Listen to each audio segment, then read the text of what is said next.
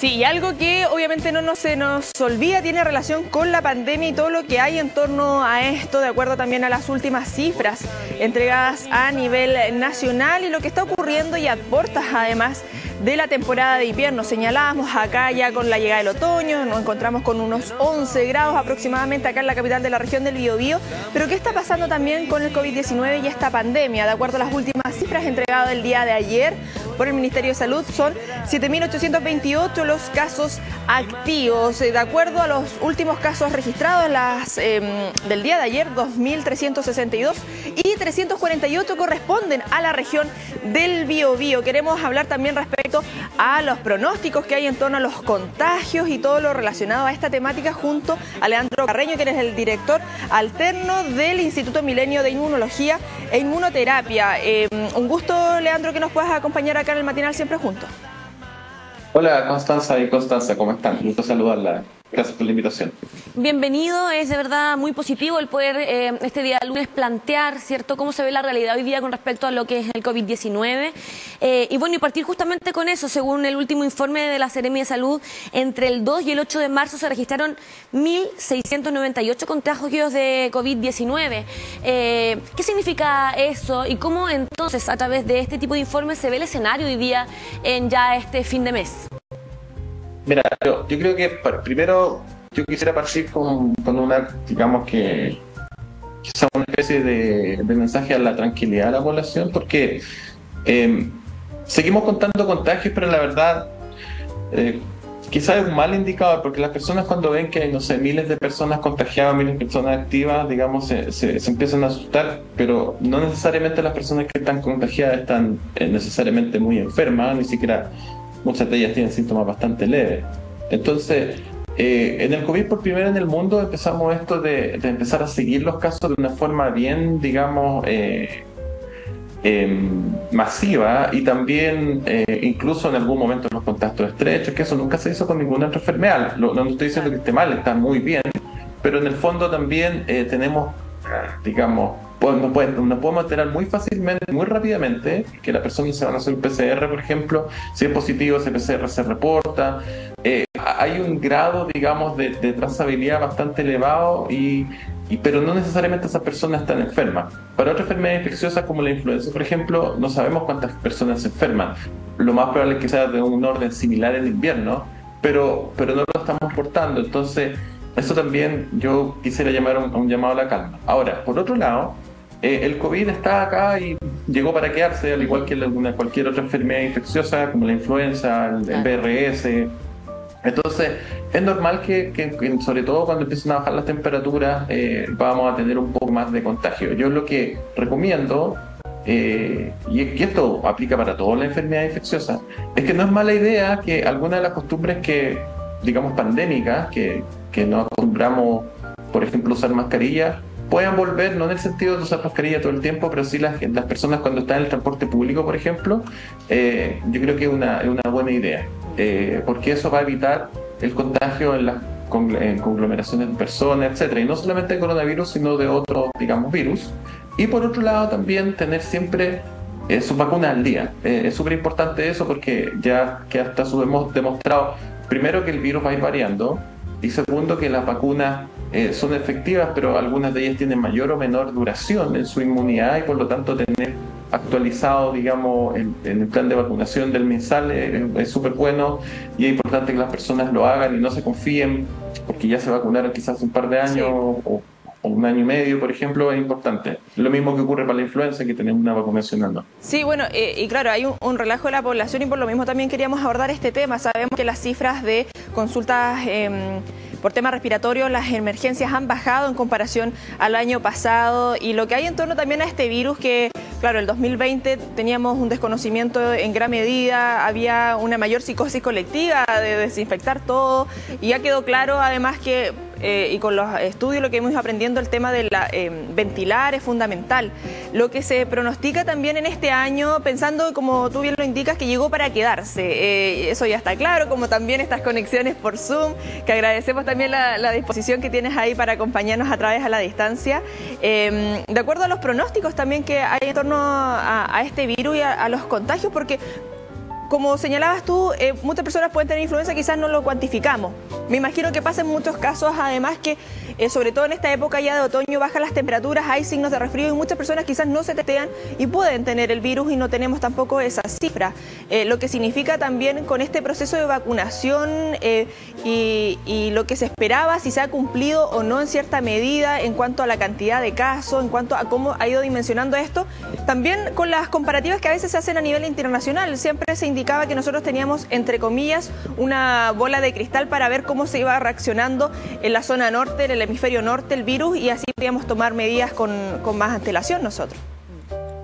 Claro, mira, como tú bien lo dices, Constanza, siempre nos podemos adelantar, digamos, por lo que vemos que ocurre en otros lugares, pero yo sería bien enfático en decir que en Chile, la verdad, y esto es un esfuerzo mancomunado, yo creo, de todos los actores, digamos, gubernamentales, sin casarme con ningún gobierno, porque esto ha sido transversal en los dos gobiernos que hemos tenido, son bien distintos, sí. Pero también la comunidad médica, la comunidad científica, la población en general, las personas, han sido súper responsables. Nosotros tuvimos una campaña de vacunación muy exitosa, donde tuvimos niveles altísimos de vacunación, y eso fue porque las personas respondieron. Entonces, yo creo que el primer mensaje también, y acá también yo aplaudo la labor que ustedes tienen, las personas de los medios de comunicación, los periodistas, todas las personas que están trabajando en ese medio.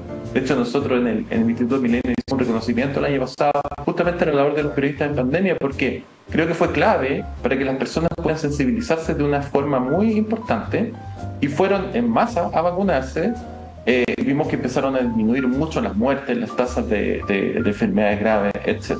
Ahora, cuando uno piensa qué es lo que viene, bueno, es normal que haya como una, entre comillas, fatiga, porque las personas ya vacunaron una vez. Yo siempre hago el paralelo con la influenza. Se vacunaron con un año con influenza, estuvieron bien, quizás el otro año se volvieron a vacunar, pero después pasan 3 años, no les dio y como que no se preocupan.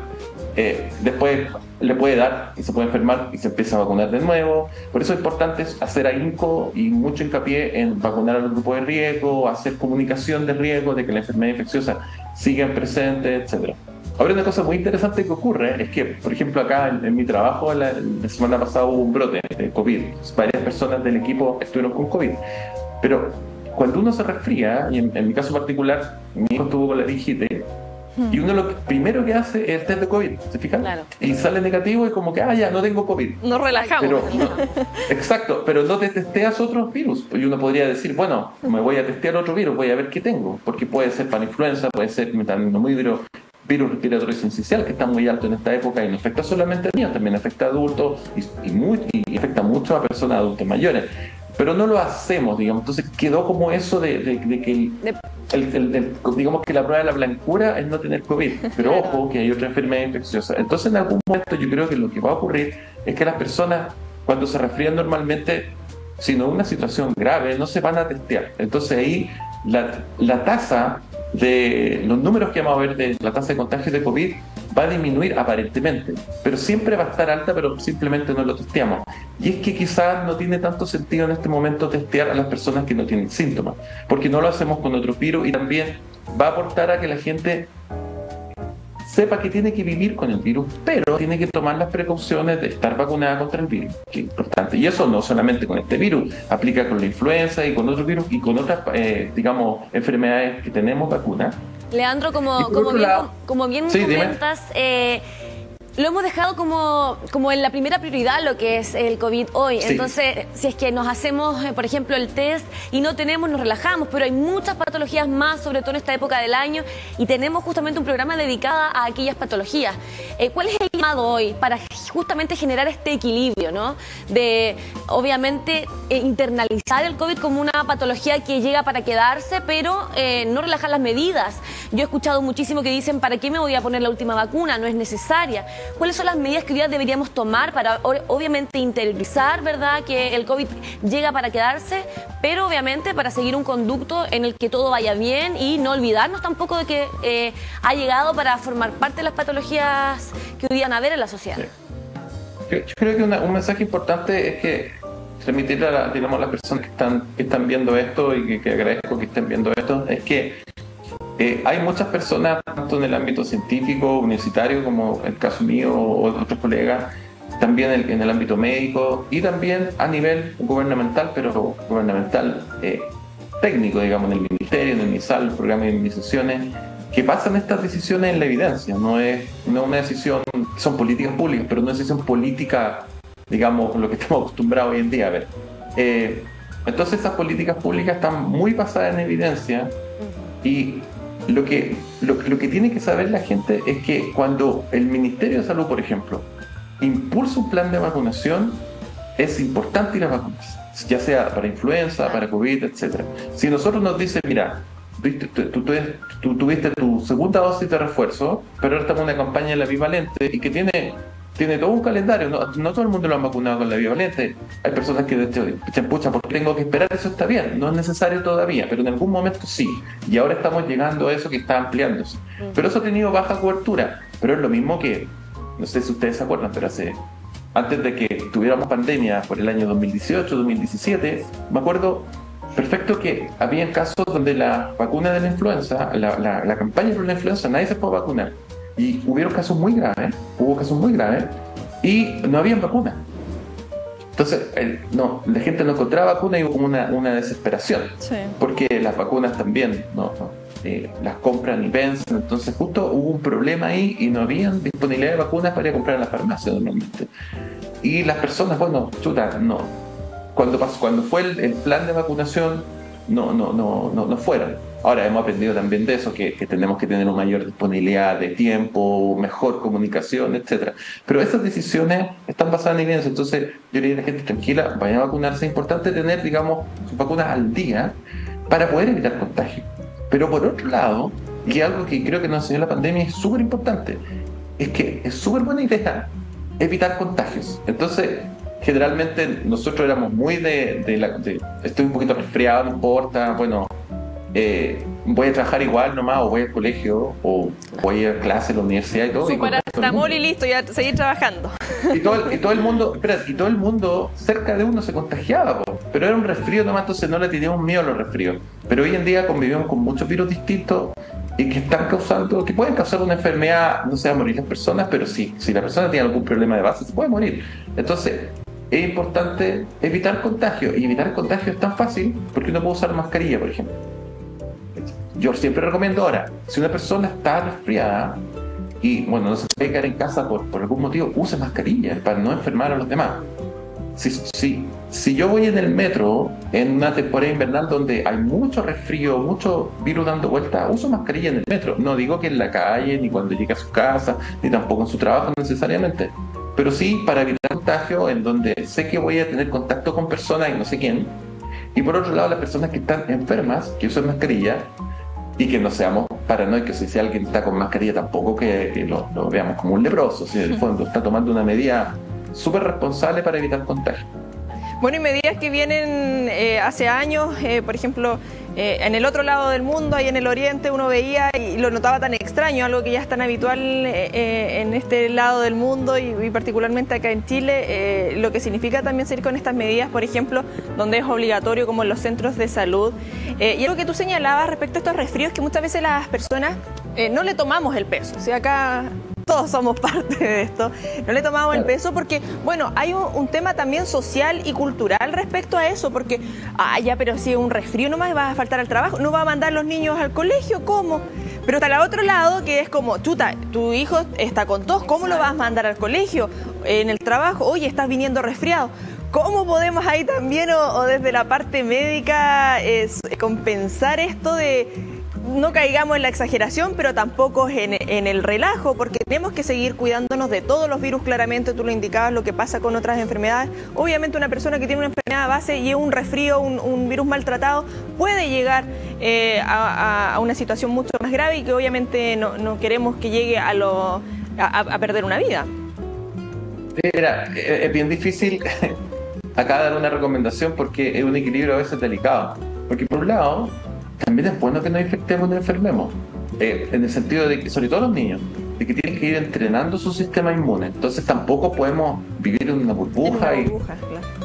Lo que ocurre es que hay ciertas etapas en el invierno, y de hecho lo sabemos porque lo están reportando cada rato, donde hay un pic de virus respiratorios que son complejos, como el VRS, el coronavirus, que está todo el año, la influenza, etc.